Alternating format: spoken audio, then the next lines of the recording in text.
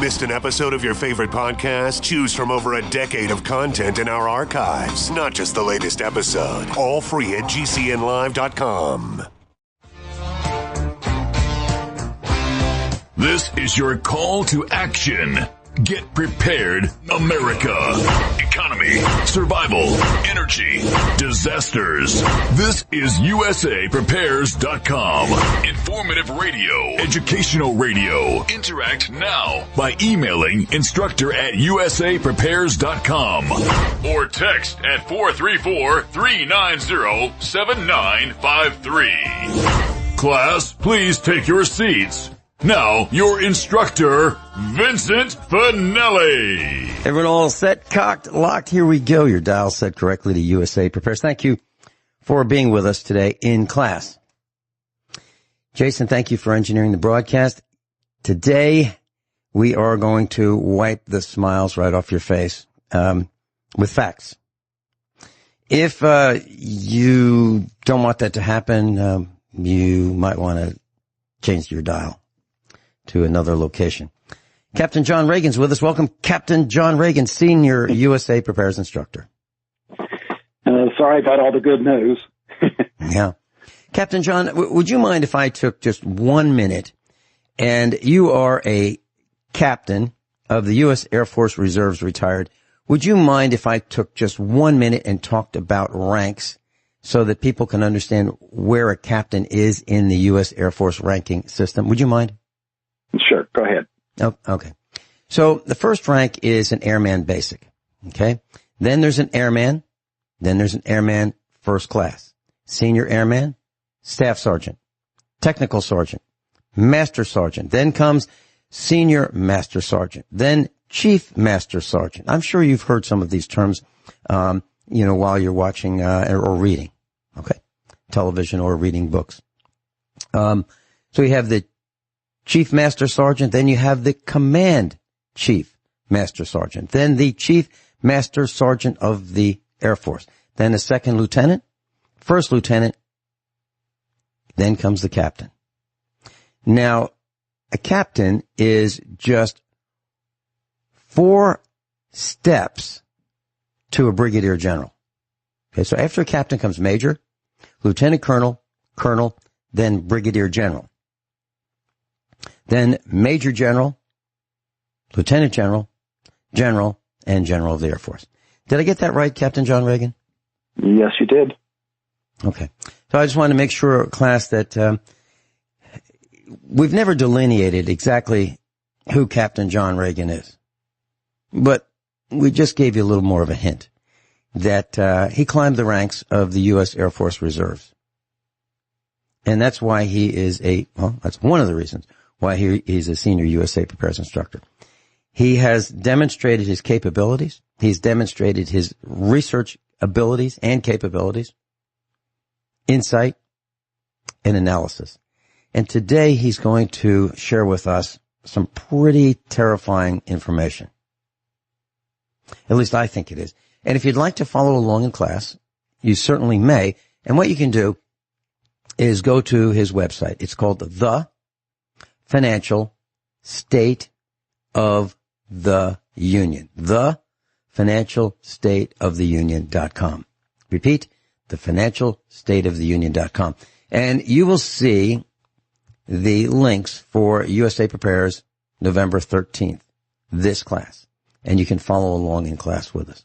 Captain John, I wanted to say thank you so much for all that you've done over the years. And gosh, John, it's been darn close to 10 years we've been doing this. Scary, isn't it? Boy, a lot's happened in 10 years. A lot's happened yesterday. Man, did we ever think it was going to be like this?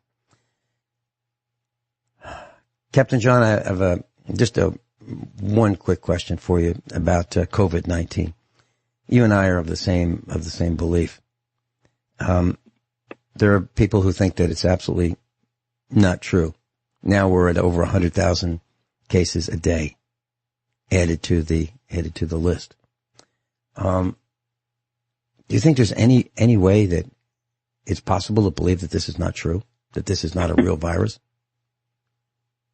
Well, those that say it's not true just aren't looking at what's been going on worldwide.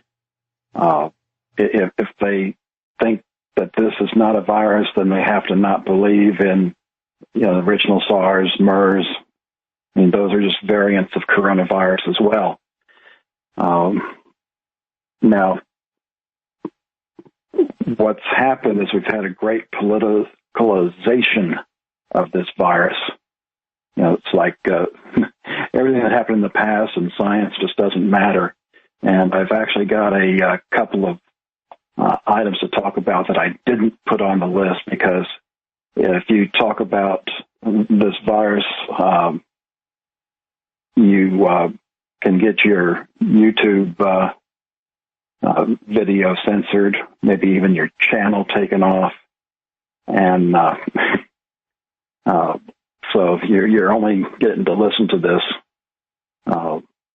One is a story from Dr. Mercola at Mercola.com. If you look at his articles, Friday, November 13th, it's entitled, "Why COVID-19 Testing is a Tragic Waste."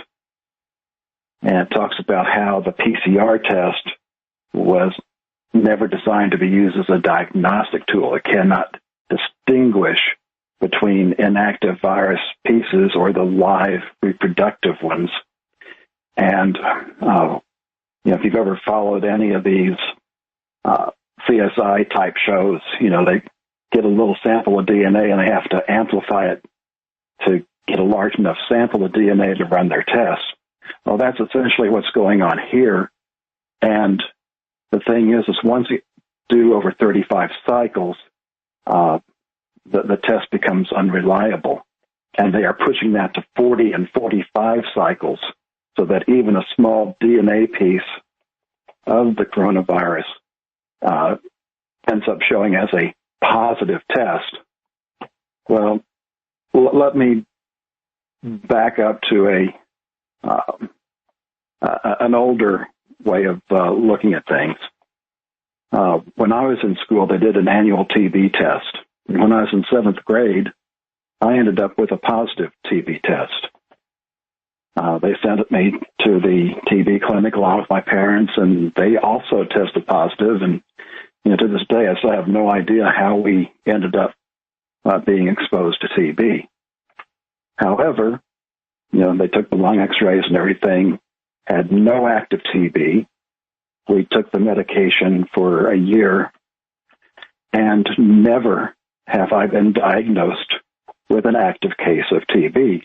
However, if I still do the skin test today, I'm told that, it's for life, that the skin test will show up positive. Well, how does that relate to COVID? You're seeing all these, thousands and thousands of cases. Well, part of that's because we're doing lots and lots of testing. Well, just being positive does not mean that you're an active case. That comes from diagnosis. But they are counting every positive test as a new case. And it's just, one of the insane things. So I would recommend you going to Mercola.com and reading the article. Again, it's titled, "Why COVID-19 Testing is a Tragic Waste." And I would also recommend going to the Peak Prosperity, which is Chris Martinson's channel on YouTube. He posted a 20-minute video on Thursday entitled, "It Doesn't Have to Be This Way." And about 5 minutes into that, he shows a chart that's very interesting. And it's a chart of new cases, which, if you remember, it went from that peak, and then as summer came, it went down. And then as summer wanes, all of a sudden these cases are going back up. It's exactly inverse of the sunlight, which is directly proportional to, vitamin D. And but it was also interesting, he referenced a paper in this video from the Mayo Clinic. This paper may get them designated a fake news site from the loony people that's in charge nowadays. And I'll just read a sentence out here. "Without significant sun exposure, which we're in that time of year where even if you go out in the United States and get sun, the angle is too low to produce vitamin D. Then you want to achieve 25 OHD, which is the test for vitamin D in your system, and you probably want to have that test at least once a year. A concentration above 50, which would require you to take about 4,000 IUs per day in a person that's over 8 years of age. 4 times 7 is 32,000. So if you do Dr. Shealy's recommendation of 50,000 once a week, you got to cover it. And also remember, if you supplement with D3, to also supplement with K2 to keep calcium in the right place. And K2 is also a fat-soluble vitamin, as D3 is. So you need to take the D3 and K2 with a meal that includes fat. So if you have this vitamin D level above 50, your chances of getting a case of COVID, and if you do get it, the chances of getting a severe case of COVID is considerably reduced. And we see more and more and more of research on this that confirms that. So, if you can point to any one thing to try and protect yourself, it would be the vitamin D3. And, don't wait until you get sick. It takes time for this to build up in your system. And by doing the 50,000 once a week, that makes it a very inexpensive supplement. So I think that pretty much wraps up what I wanted to talk about on COVID. Mm-hmm. Outstanding job letting us know about the vitamin D3, that you agree with Dr. Shealy's recommendation. And class, you can buy it in 5,000 unit gelatin capsules as well, and you can take one of those a day, or you can take 50,000 units once a week. So 7 times 5,000 would be 7 days a week, times 5,000 is 35,000. So Dr. Shealy recommends 50,000 once a week if you're, an adult. And K2, vitamin K2 as well. And what was not normally mentioned, Captain John Ragan, is what you said about taking that with a meal that includes fat. So are you talking about beef? Are you talking about hamburger? Are you talking about avocado oil, etc.? Well, I think technically any fat will work in that regard. I don't want to get too sidetracked in good fats and bad fats. Mm-hmm. But basically just the diet is, don't take it on an empty stomach. And if you take it with pretty much any kind of meal, you're probably going to get some kind of fat in there, unless it's just, vegetables that don't have fat and you don't add fat to it. That would not work. Okay. I think our class really appreciates what you just said about COVID and the vitamin supplements to boost our immune system. What's coming up next in next segment, Captain John? Where do we go? Talk a little bit more about health. All right. Captain John Ragan, the financialstateoftheunion.com. Captain, please continue. Yeah, there's one other item that's not on the list I want to quickly talk about. There was another election that just happened on the 11th.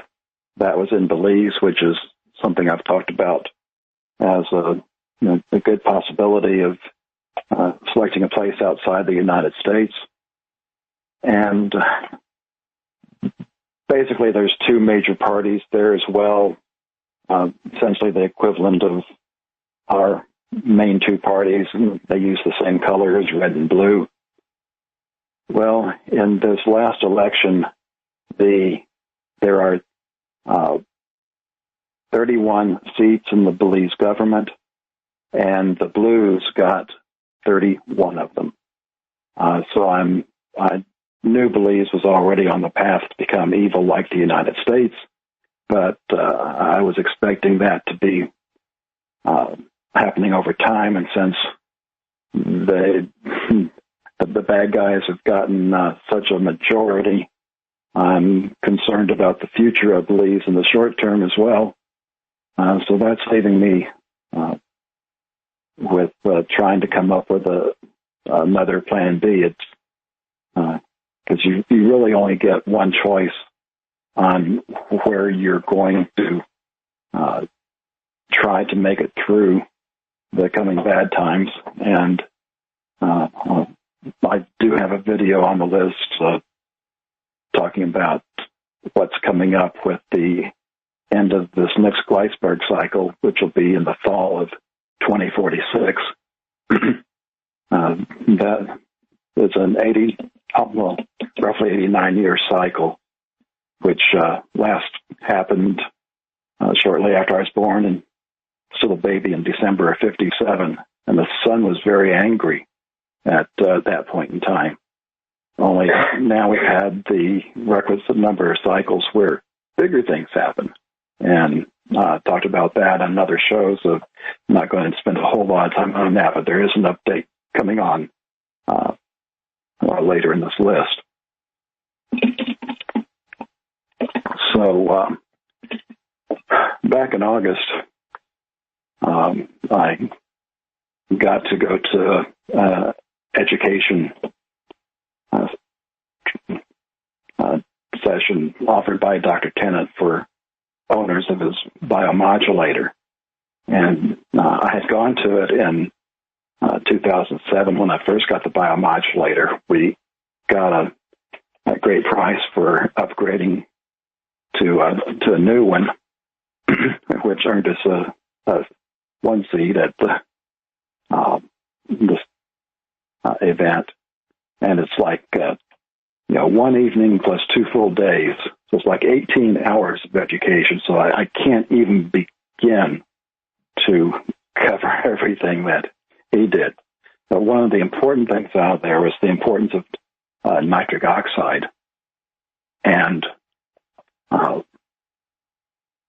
we decided that, especially at our age, our levels of production are low. Plus, it's very good for lower blood pressure, which I have that problem myself. The company produces, that he had in, produces what's called Neo 40. And the company is human with 2 N's. And it's a pretty reasonably priced product. It's a standardized beetroot product. So even if you go out and get an organic beetroot powder, you may or may not getting the nitrogen benefit out of it. So a 6-month supply of this was a couple $100. And I tell you, if you order, I would kind of recommend not doing the subscription right off, because they will mail you an offer. And I'm now locked in for a 6-month subscription at just over $100. So it makes it a very, very reasonable cost to get the nitric oxide support. Okay, so yeah, can you give us a thumbnail opinion on the benefits that you have actually experienced with this? By the way, this is not a commercial class. Right, Captain John Ragan's just talking about. I'll talk about that when we get back from the break. Yeah. Captain John Ragan's with us. The Financial State of the Union.com. Captain John Ragan, you and I were there in the good old days with Dr. Norm Shealy when he did a trial at the meetups with Kyani's Nitro Extreme, which is nitric oxide delivered. And he absolutely positively proved that almost everyone, if not everyone, had lower blood pressure right then and there within 20 minutes using a supplement that contains nitric oxide. What are your firsthand experiences with nitric oxide as a result of this supplement that you've been taking from Human, HUMANN? Okay. My order came in on August 19th. And I pulled out my blood pressure cuff. I hadn't been using it. I just wanted to see what it was at. And it was outlandish, to say the least. I did not write it down, but my memory says it was 247 over 139. And I might have the 7 and 9 reversed, but if I do, it doesn't make any difference to how bad my pressure was. I took the first lozenge, which that lozenge also contains B12 too, so a lot of people are short in that, and so you get a 2-for-1 with this. So I took my blood pressure a little bit later. I think it was down about 20 points, and those first few days it fluctuated about 20 to 30 points less than that original reading, and that was still way too high. So I ended up doing a 1-week fast, which got it down to only really high levels. And I still need to do some more change to my diet. I haven't been really trying real hard. And I guess, don't know if everybody that we knew there in Missouri heard the news, but Becky's father passed away last month on October 11th. He'd been battling cancer since 2003. That was his first cancer. 2 or 3 years after that, he was diagnosed with 2 more, including multiple myeloma. So, to make it that long was kind of a miracle in itself. But anyway, we were, because of that, we basically, letting Becky enjoy some comfort food. But after Thanksgiving, we're going to get busy on that diet, which is the next link I'm talking about. This is a 1-hour video from Dr. Paul Saladino, who wrote the book, The Carnivore Code. And I go back to the same tenant session I was talking about. The woman that was sitting in front of us, told us, we should try the carnivore diet. You can lose 20 pounds in a month. And, thanked her and, didn't really take any of that serious. And it was about a week later that Dr. Mercola had Dr. Saladino on for like a 2-hour interview. I bought his book, and I hate to say I enjoyed it. It kind of reminds me of my style, the way I wrote the Financial State of the Union. Only I had an easier time because with the body, there's a whole vocabulary that most of us just aren't introduced to. And it's an effort just to try and keep that new vocabulary in place in your mind for each chapter to start getting the picture. And it really shocked me because, I've spent probably a few thousand hours, looking at health issues, and I thought I had everything figured out. And there are so many things that Dr. Saladino just turned it on its head. And one of the things I learned is that humans before 10 and 12,000 years ago, which happens to be when the last great disaster happened, this is a 12,068-year cycle, and before that we had the megafauna that, these big animals, woolly mammoths that are 2 or 3 times the size of an elephant. And we had those flash frozen, flour still in its mouth, undigested food in its stomach. We can't even do that with an elephant with our technology today. But using Boyle's law, you can understand how that happened with a nova that occurred. And after that, the major big animals all died off. And those were our food source. And it wasn't until they had been a farming that we switched over, and we never went back. And unfortunately, plants contain a lot of toxins. I know about lectins from Dr. Gundry, but there are so many more. And the way Dr. Saladino puts it is that plants are basically survival food. And when you have most of your food taken away from you, you want to survive because the choice is not surviving. And the safest of the plants are the fruit, especially the non-sweet fruit and berries. But everything else really should be coming from animals. And unfortunately, in today's society, we only consume the muscle meat. We need to consume the organs as well. That's where a lot of the nutrients come from. And, I've listened to dozens of hours of interviews with various doctors, learning more and more about this. And when you get into those ancient humans, from what we can tell, is that they were higher on the carnivore scale than hyenas. And since we've gone to a plant-based diet, our brains have shrunk from like 1,500 to 1,400 cc's. And that's even true today. The vegans, their brain starts shrinking. That probably explains a lot, too. So I do highly recommend checking this out. The video put on there is a 1-hour video with Dr. Saladino. It's about the most concise presentation I can give you. And also talks a little bit about the fats. And, like I say, if I had a few hours, I could talk about more, but I just wanted to pass that along.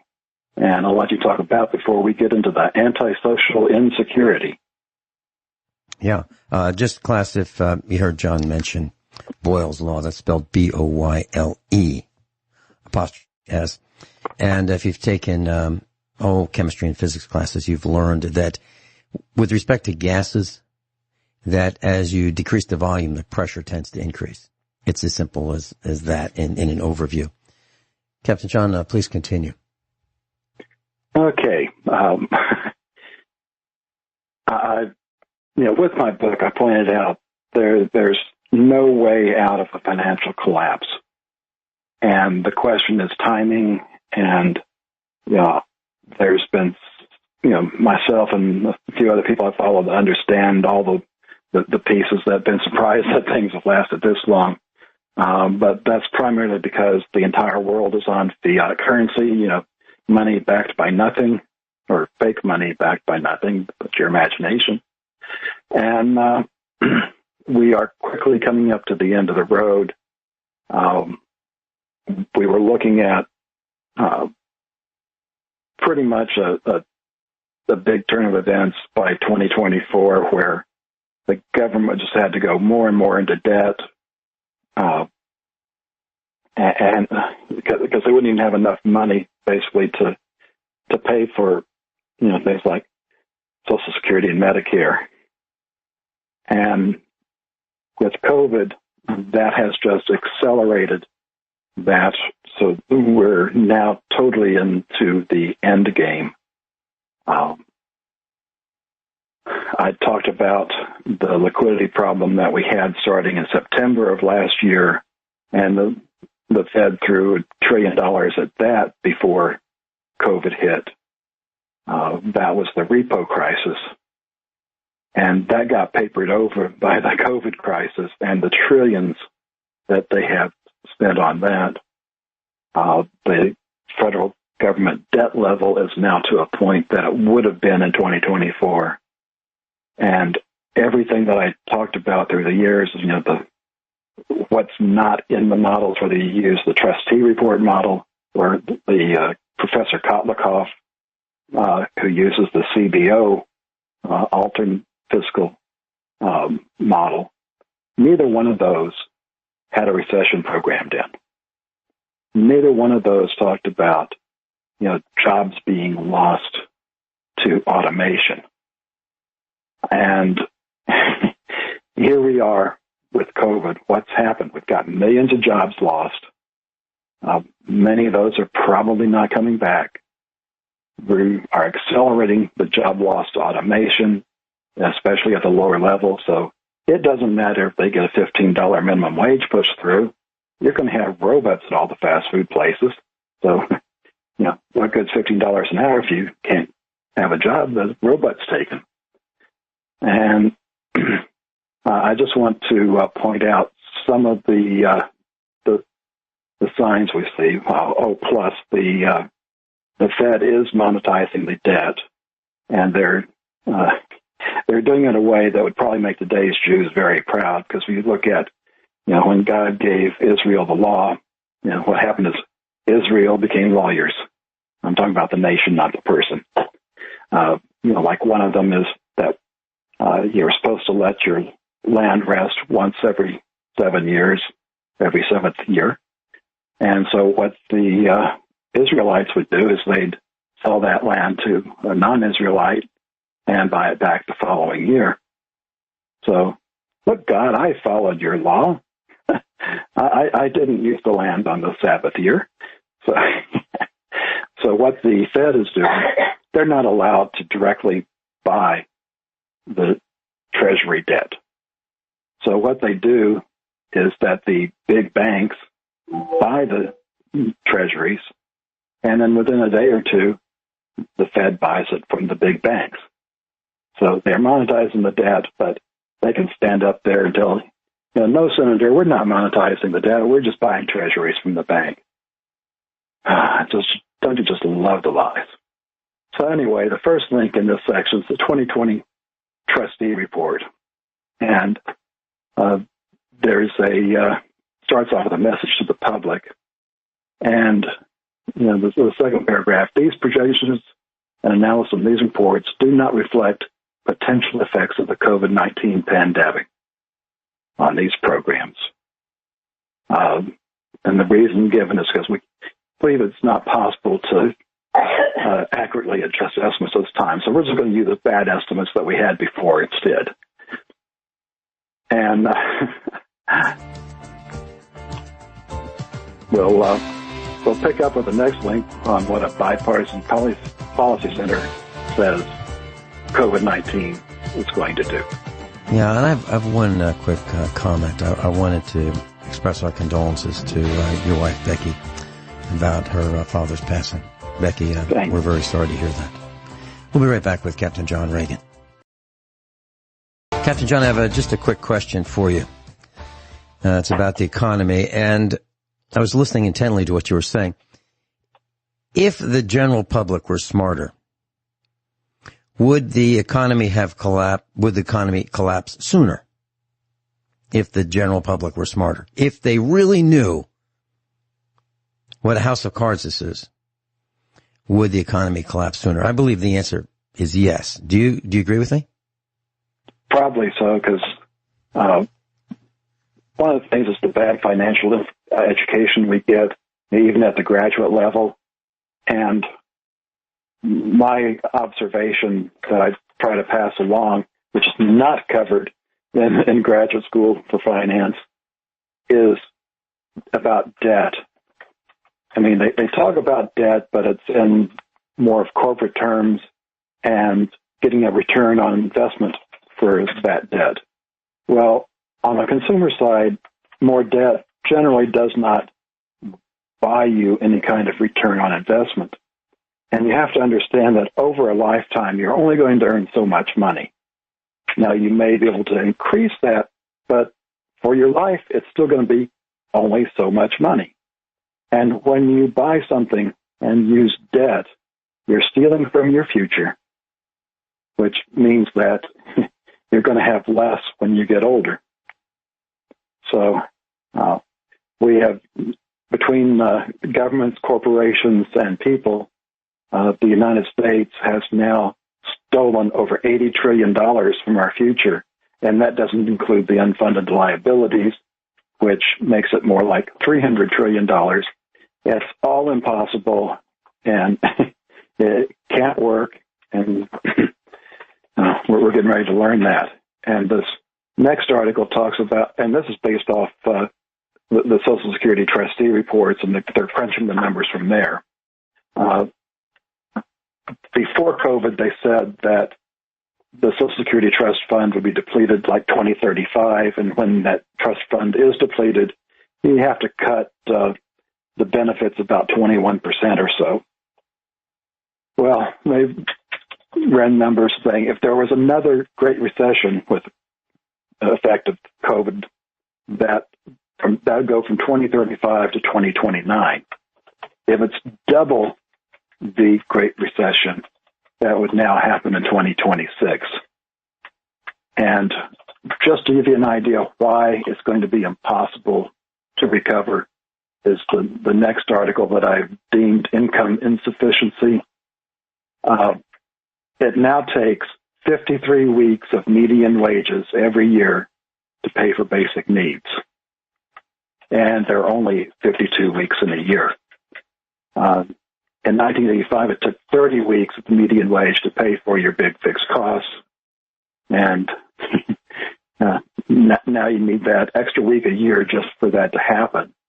Try and get through the rest of these before the top of the hour.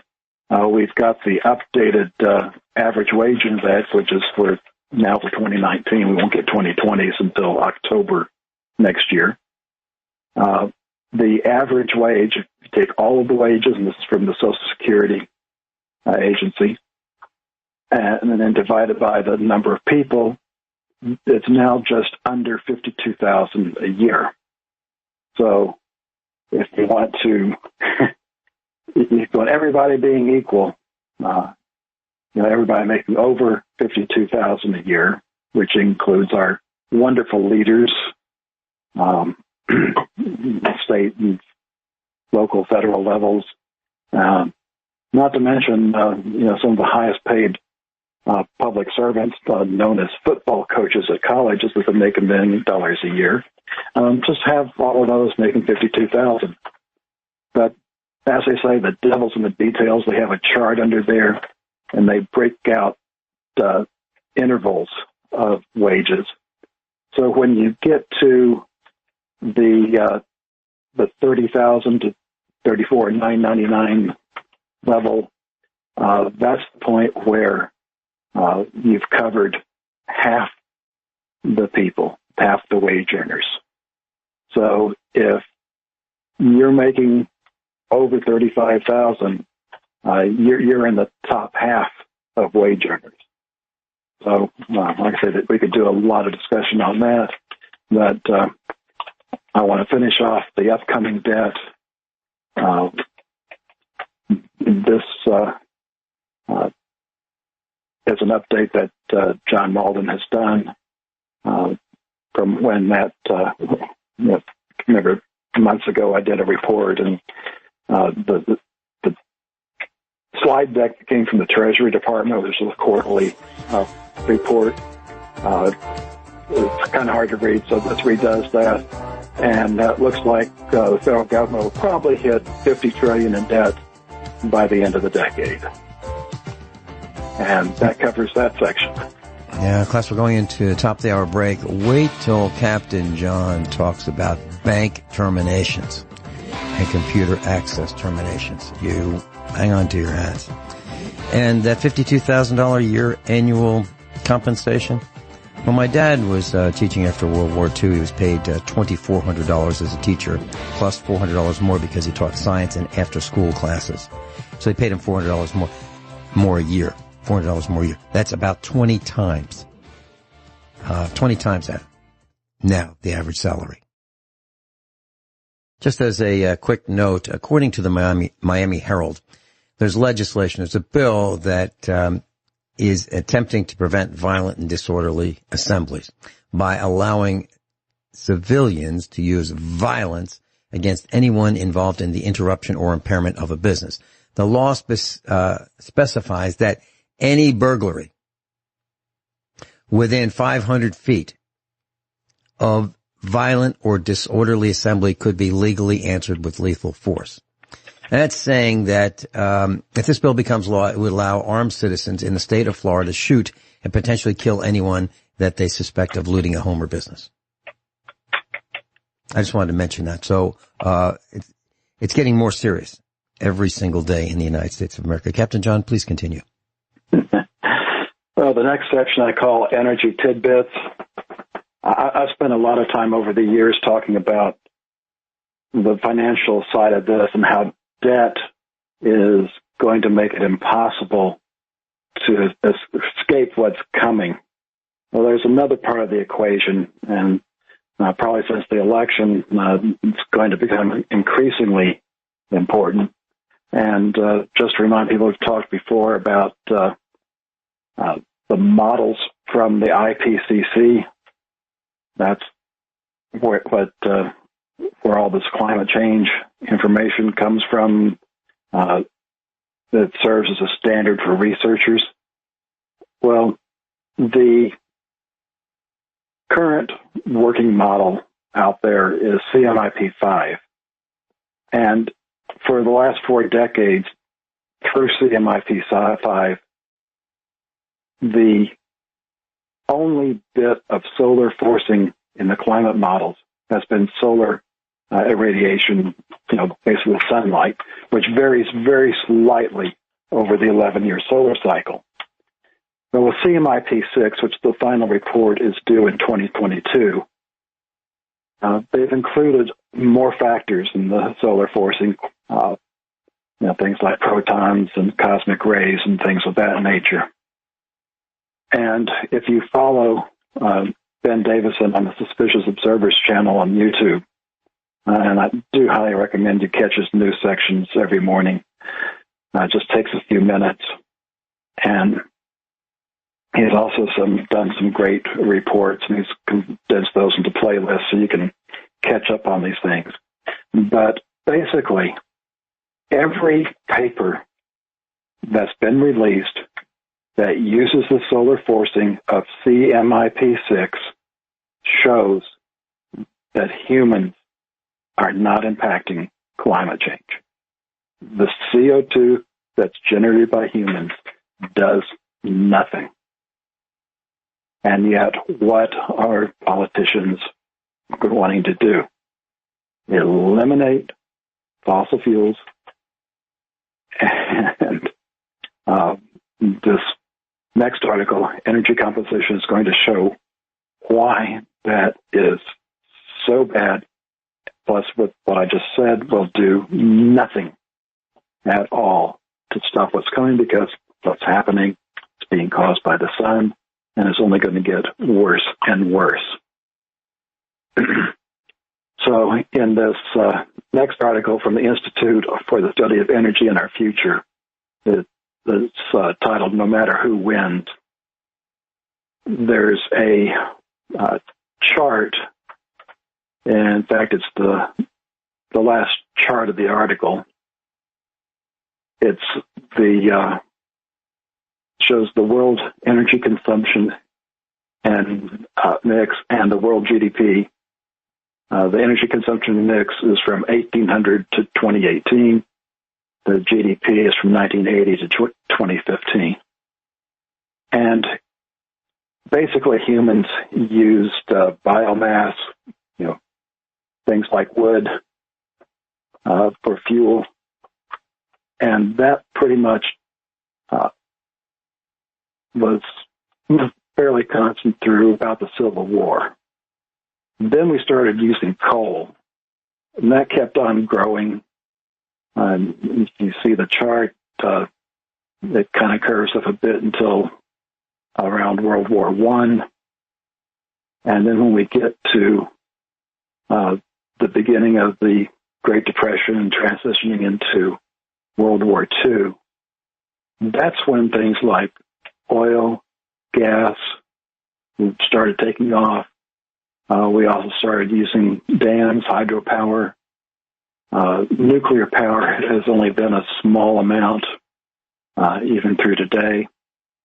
And then the yellow on the chart is other renewables, which even as much as we have thrown in there in recent years, that's just a small part of the chart.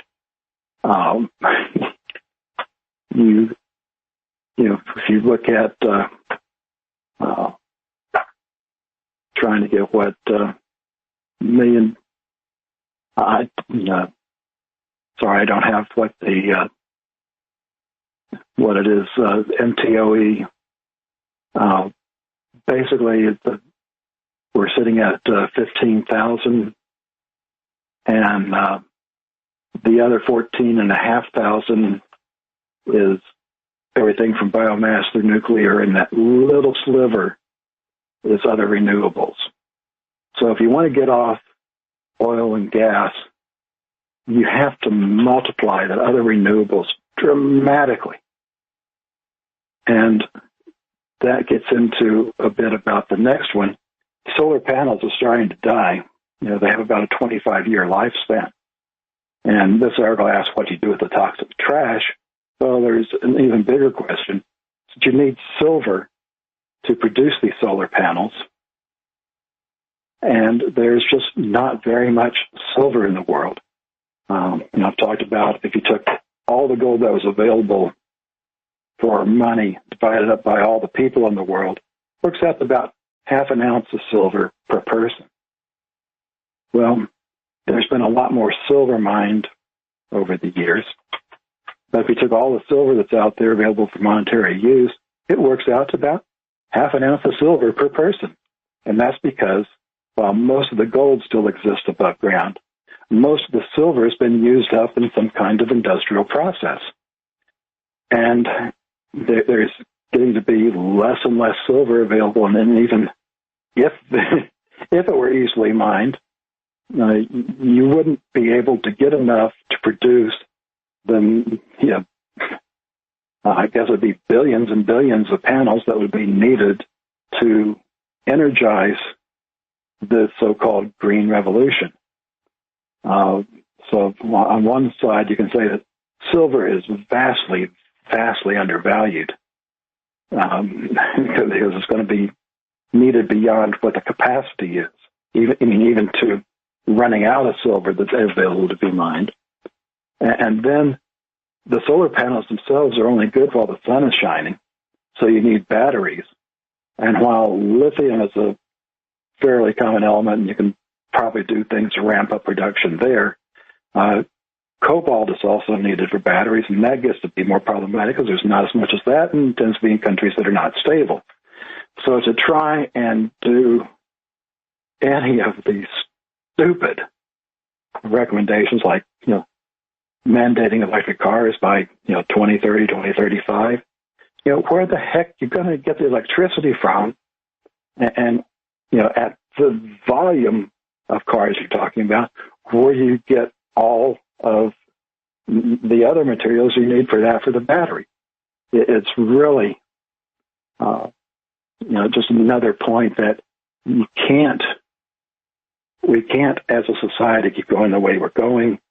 We also have the problem of the oil that we are getting, while we're not about to run out of oil, it's costing more and more energy to get that oil out of the ground.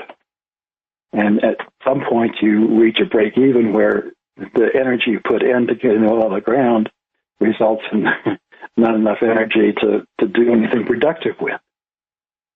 And it's that energy that has allowed us to have our standard of living, and it's that energy that has allowed us to increase our population dramatically. And without a replacement for that energy, you're going to be talking about a contraction, a reduction in our lifestyle, and a contraction of the population. So that's just the more objective side of challenges that we face. And our criminal future, which will probably end up being after the upcoming break, talks about what governments and corporations are doing to us in the meantime. Did you want to comment on? I have a very quick comment, and we have senior instructor Rich Sheben on the line. He wants to add a few comments. So you mentioned silver. Silver, you're absolutely right. Silver is used in industrial and consumer applications, and when it's used, it's discarded very often. For example, light switches on the wall. When they fail, you throw them away. There's silver contacts in there. Not a lot of silver, but when you add them all up, a lot of silver, okay? And we just throw switches away. We throw electronics away. And there's silver content in just about every piece of electronic gear that the Chinese have shipped over here that is now in our landfill. Electric cars, you're absolutely right. Our power grid is taxed to the max when it's really warm and when it's really cold for heating and cooling applications. Well, adding electric car charging to that is beyond stupid. You are absolutely, positively correct, Captain John Ragan. Rich Sheben, welcome. You're on with Captain John Ragan. Rich Sheben is a senior USA Prepares Instructor class. Captain John Ragan's with us. News flash, Washington, thehour.com, more than 130 Secret Service officers who help protect the White House and the presidents when the president travels have recently been ordered to isolate or quarantine because they've tested positive for the coronavirus or had close contact with infected coworkers. That's just a news flash. I just wanted to let you all know. Captain John, please continue. Let me go all the way down to the bottom of the list, an update. This is a link to a nearly 1 hour video from Douglas Voigt, where the nova will hit. He goes, where this happens depends on what you have to deal with. And there was also video before this, I think, talked more about where it hit in the past and what the effects are. And just for those that haven't heard me talk about this before, the last time, which was about 12,000 years ago,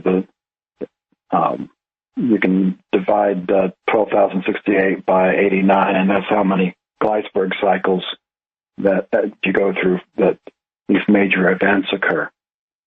So the sun basically cleans itself, and it explains things like the glass beads that are deposited on Earth and on the moon. And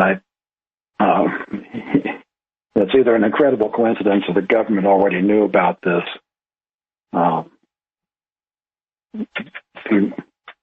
For those of us that grew up during the space race, the system that was used to get to the moon was the Apollo program.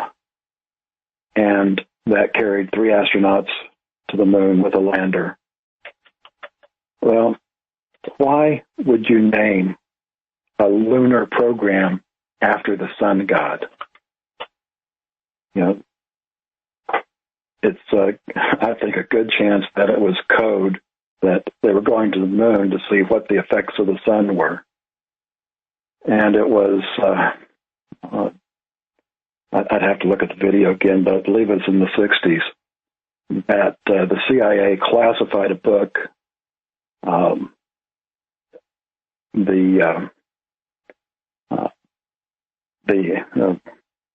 No, it had Adam and Eve in the title. It's been so long since I've seen it, I can't pull out the whole title, but the CIA released a redacted version of this book they classified, and there were still copies out in the general population. It wasn't a widely distributed book, and it talks about these catastrophe cycles.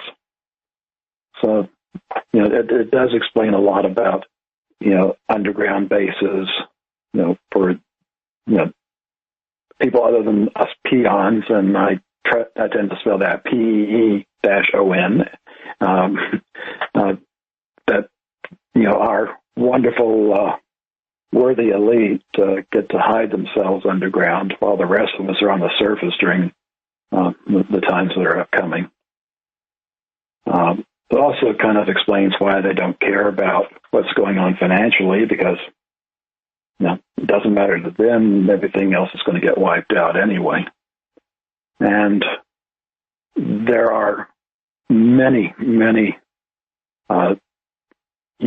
scientific studies that show bits and pieces of these events, from the woolly mammoths that were flash frozen in Siberia. At the same time, we had the flash frozen flowers in the Andes. We've got the vitrified stone monuments that are all over the world. We have the sediment from the Appalachian Mountains, which are the ones on the East Coast that are in the Grand Canyon and southern Utah. And the only way that gets there is to have water, rushing over the continent. from east to west. And it all ties together with this theory, and I'll pick up on it after the break. Yeah, I spell it, I pronounce it Pedons, P-E-E-D-O-N-S, Pedons, and just one alternative spelling. Captain John Ragan's with us. His website, if you'd like to follow along in class or outside of class, thefinancialstateoftheunion.com, thefinancialstateoftheunion.com. And Captain John, I hope that you'll be able to sync your schedule such that you can come back on again and again and again. This is absolutely riveting. Will you be able to fit in the bank terminations and computer access terminations in today's class? I believe we'll be able to get through everything today. Let me just wrap up about the NOVA for those that don't have the 55 minutes or so to watch this. I don't know how accurate his projections are going to be because there are so many moving parts to the system. But it appears like in past cycles, it's basically hit about a third of the way over from where it hit the last time. And if that holds, then the side facing the sun will basically, if you look at the globe, covers pretty much all of Saudi and, everything north and south of that, which means that Europe and most of Africa is going to get a big part of that initial force. And this becomes important because this relates to when last time the mammoths got flash frozen. Then a few hours later, the dust shell hits. The good news is that's going to be in the middle of the Pacific when it hits where they think it's going to hit. So that's not going to affect us as bad. I think that hit in the Americas last time. And another thing that happens with this, and we'll know this is coming because if the days start getting longer because the Earth starts slowing down its rotation, and this gets into electromagnetism. It's easy to see if you take a small electric motor, has a prop on it, and you put it on a battery, and the prop moves one way, and if you switch the wires so the polarity is reversed, the fan will move the other way. That's basically what we're looking at happening just on a grander scale. The Earth slows down, it stops, and then it reverses the spin, so the sun will rise in the west. And there's stories from ancient times that pass down that the sun did once rise in the west instead of the east as it does today. Well, when that happens, the oceans are still moving at the speed the Earth was going. So you end up with a great deal of water washing over. So this time they'll be coming from the west to the east. So the Atlantic will pour over Europe at the same time that the temperatures get slashed. So they will be under a bunch of ice at that point. It's the start of the next ice age. And if I'm not too concerned about this because, if this happens, I'll be 89, if I live that long. But if you're a younger person, you need to consider what you might want to do in the meantime. The ice age would basically shrink the good habitable zone to around the equator. And Belize is about on the north side of that. In the northern hemisphere, you look down, and it's in the video, similar amount into the southern hemisphere around the equator. It'd be very difficult to do raising of food outside of those areas. So, just be aware and decide what you want to do with that. For us old people, it probably doesn't matter so much, but especially if, you're in your 40s and have some younger people that you care about, this might be something you want to start taking action on because, just trying to find a place and get settled and being able to raise your own food That takes time to accomplish, and we've spent, how many hundreds of shows have we had on that over the years? Anyway, unless you have something on that, we'll get started on our criminal future. Yeah, just very quickly, class. So if you think you can go out and just go hunting, well, those extreme temperatures are going to wipe out the food for the wild animals as well, and the cows, and the sheep, and the goats. Not to mention that there's not enough animals out there to support our level of population. They'd be gone in no time. Yeah, I figure that our farm, with all that we do here, we might just be able to support the beef needs of just 200 people. That's us working full time. John, our criminal future is absolutely terrifying. Please share. Let me just throw in a thing. You talked about silver being used in consumer products, and while there's millions and millions of those devices, that makes that add up. A bigger use is weapon systems. We have modern weapon systems that take a whole bunch of silver for each bomb, or plane, or submarine, or aircraft. And, well, again, most of those are not recoverable. Yeah, you're talking about when these explosions go off, they virtually atomize that silver so that it is no longer recoverable. Yeah. Yeah, you see all these missiles go, there's several pounds of silver going bye-bye, each one. Yeah, and you've got all these satellites in space, and they all use silver as well. It's a full-time job for a full-time complement of people just to make sure that these satellites don't crash into each other 24 hours a day right now. Please continue, Captain John Ragan. Okay, Christian hate speech. I first saw where Scotland was wanting to do this. Now the Brits are talking about it. As far as I know, the legislation has not been passed yet, and I consider this important because what you see go on in countries like Britain and Australia, you tend to see what they do happen in the United States a few years later. So what they wanting to do is, you see, Christianity is just hate speech, because, they hate gay people, they hate, other gods like the God of Muhammad, and, you can just go down the line. So now they want to make it to where just talking about these, which is now hate speech, around your table at home would be a criminal, imprisonable offense. So, and if you think they don't know what you're talking about at home,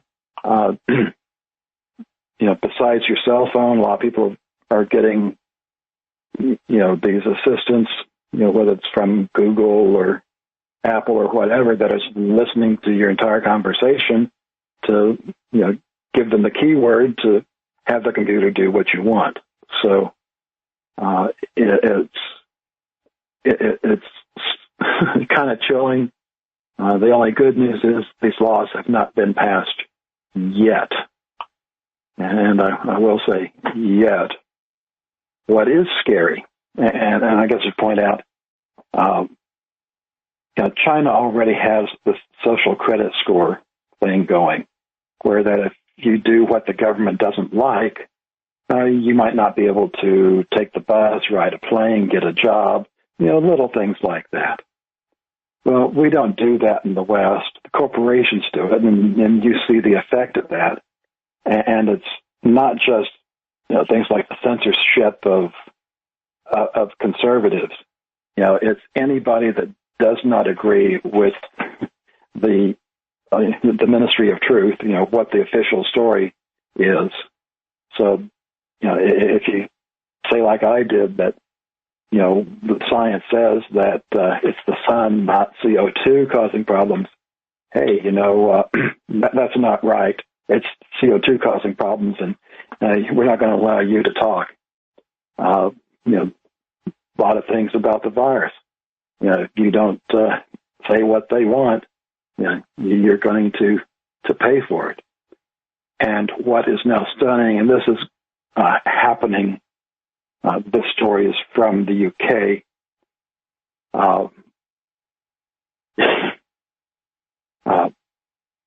we have a person, and they say it was in Leeds City Centre, which is that part of England where it starts getting narrow, if you want to look for it on the map. So she went and shopping, but her card wouldn't work. She tried another one, same result.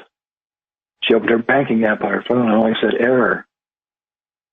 And she went to the nearest branch of her bank, and after about an hour waiting, she was called to the manager's office. I'm going to read a statement to you, but I'm not going to be able to answer any of your questions after that. He said, we have locked your bank account. We can't give you any more information. We might be in touch in the future with more information, but we don't know when that might be. Could she have her money? No. How's she supposed to get home, pay her bills, things like that? Well, basically, about a month later, she got a letter from the bank. Under the terms and conditions, we can withdraw banking facilities at any time, and in line with company policy, we don't give further details. How often in the West have you seen terms and conditions to give your consent for everything through these terms and conditions? And this is something that is now happening in a supposedly free country. And just to maybe make this a little bit scary, you already know the censorship that is going on with tweets being censored, accounts being closed. Same thing with YouTube. At best, they're demonetized. At worst, they're removed, up to and including the channel. And let's take it a step further. It works the same way with communications. When you sign up for cell service, when you sign up for your internet, it doesn't matter what company. It's the same terms and conditions. And if you're pushing this hate speech, like Christianity, for example, you can basically have everything yanked from you. And whereas what I talked about before was a proposed law, these are now real actions being done by corporations.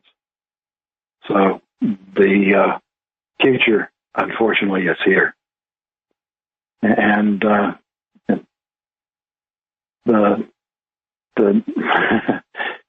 and the computer access terminations.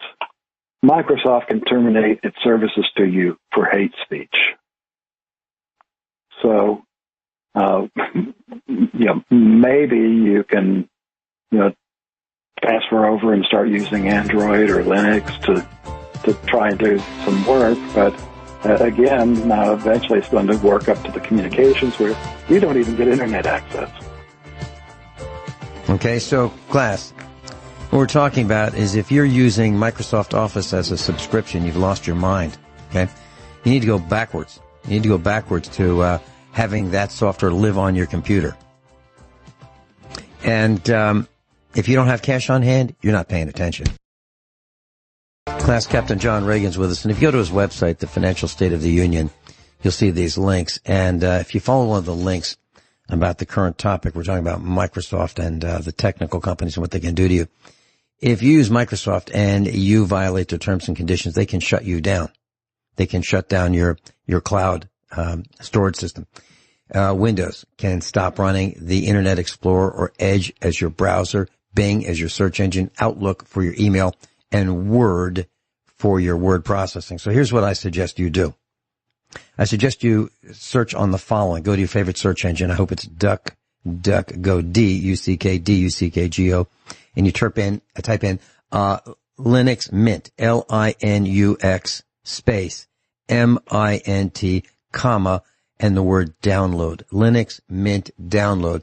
And you can download for free a replacement for Microsoft, almost Microsoft everything. And the current version is version 2.0, Linux Mint.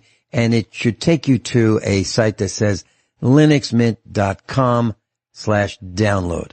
Okay? And that's a safe site. And you'll be using the same version of Linux that I use. Next thing, I mentioned that if you don't have cash on hand, you're not paying attention. Okay? Seriously, you need to have cash on hand. Next thing, and don't travel without it. Next thing, please watch Combat with an exclamation point. It's available on eBay, the whole series, 40 DVDs, for around $53 shipped. And in one of the episodes, there's a Nazi officer. He's holed up in a French village toward the end of World War II. He's holed up in a library. There's a young librarian with some children he's holding hostage. And what does he do? He tells the librarian the equivalent of, you need to live in the present, not in the past. Don't mess with these books. Don't waste your time. Live your life. And he sets the books on fire. Think about that. Those who do not learn from history are doomed to repeat it. Captain John Ragan? Yeah, and as if ignorance and propaganda aren't damaging enough, scientists can now implant false memories into animal brains. So that's the real fake memories link. I'll leave that for you to peruse and give you an idea of just how bad things are. You know, I've talked about a lot of the problems have to deal with, deceived Christians, and tend to kind of categorize the Democrats as bad Christians because what they do is so just outwardly destructive. They muck up everything. And the good Christians really aren't any better, and this is kind of a symptom of that. This is a new survey. The majority of Americans no longer believe that Jesus is the path to salvation, and instead believe that just being a good person is sufficient. Of course, they don't exactly say what constitutes good. 68% embrace that notion, identify as Christians, including 56% of self-described evangelicals and 62% of those identified as Pentecostals. 67% of mainline Protestants and 77% of Catholics embrace that idea. So we don't need no stinking Jesus. We just got to be good. And you spelled the word muck, M-U-C-K, and that's an old term.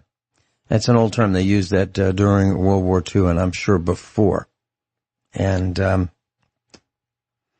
Captain John, there's so much bad that's happening. It's overwhelming, absolutely overwhelming.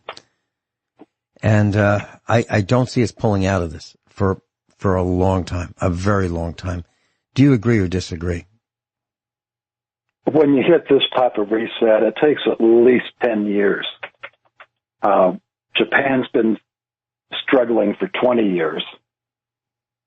And it's the financials, it's the demographics, it's the resources.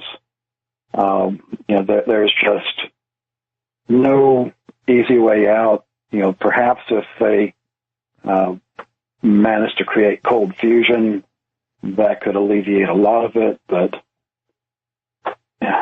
it's just the best way I can describe it is insane what's going on.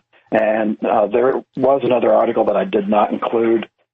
Yahoo blocked an email. I think the person was in the United States mailing Europe, and I don't remember the topic. It might have been on the virus, but whatever it was one of the ones where,